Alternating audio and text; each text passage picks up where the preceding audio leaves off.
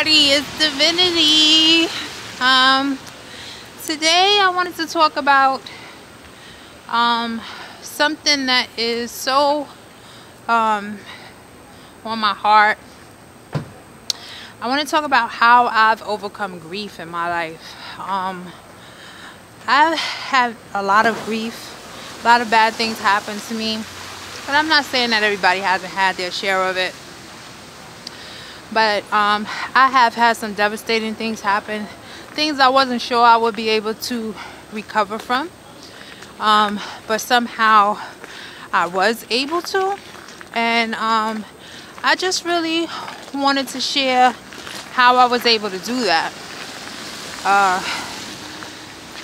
So I would say about 2 years, almost exactly 2 years ago, something so devastating happened to me.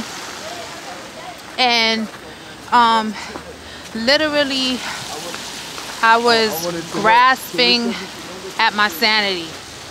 My sanity was leaving me. Like I was going crazy. Like this thing that happened to me, which I'm just not going to say exactly what happened, but it was something, it was a great loss. And this thing almost drove me insane. So the way that I was able to get through it was, first I had to let myself feel the pain. I had to let myself grieve for my loss. I had to try to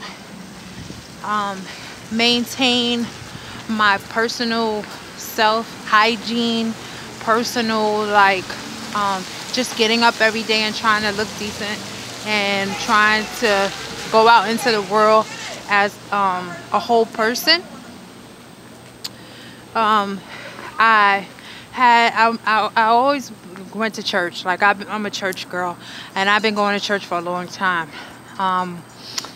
You know, so I had to get up and keep going to church, even though this thing had literally shaken and almost, I wouldn't say shattered my faith, but definitely put pressure on my faith. You know, I had to keep praying and talking to God, even though I wouldn't say I was upset with him, because I've been through many things before, but I just could not believe this thing had happened to me. And some days my conversation with God was angry. Some days it was like I was talking to him, but I wasn't saying nothing. Some days I was crying out to him in so much pain. Some days I cried all day. I mean, I was out functioning in the world. I was doing my job. I was going places. I was meeting up with people, but tears were literally coming down my face, on the train, everywhere I went.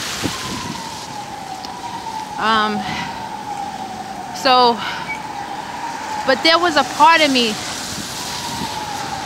that was so strong from so many years of overcoming things, from so many years of going to church, from so many years of trying to stay. Sorry, a truck is going by. So many years of trying to stay positive. So being that kind of person for a long time, the type of person that always tried to build myself up, the type of person that always tried to extend myself past my circumstance, that was like this inner strength that I had. And this is why I did not crack completely under the pressure. I cracked though. I mean, like, this is why I didn't break in two, because what happened to me was so devastating. I should have just broke in two.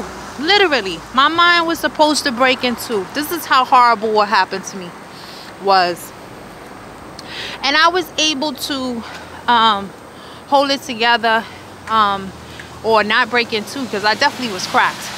I definitely cracked under the pressure, but I did not break in two.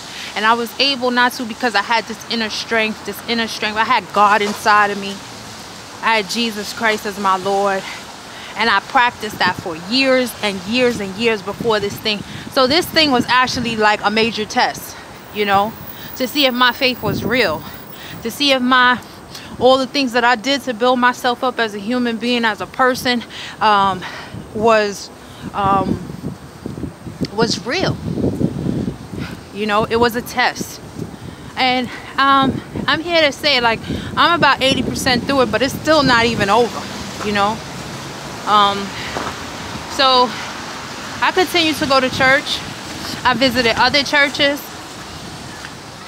I visited their prayer meetings. I did many things to try. I gained new friends. And I started to build relationship with family members that it was fading away because I just was so busy living life, you know. This test taught me like how important family was and how much I needed them. I never thought I really needed them, you know. I thought they needed me because I was the powerhouse, I was strong, but I needed them. I needed my sister, I needed my mother, I needed my father. Me and my relationship with my father has always been so-so, not bad, but not very close. But I needed my father, not just my father in heaven, but my earthly father. I needed my nieces and my nephews. I needed them to love me, you know. And I reached out to them in that time of need. I went to therapy. You know, this is a taboo subject, but I went to therapy. I went to group therapy, and I talked with people that was dealing with grief. Nobody had the same situation as me. I'm telling you, what I went through was terrible. But I did reach out. I reached out to people that were going through something, and I listened to how they dealt with it, you know. And I took one step at a time. I put one foot in front of the other. That's what I did. I put one foot in front of the other every day, no matter how hard it was. And I looked and searched for any light, because that path was so dark. And, you know, God was with me. You know, they have that thing, footprints in the sand.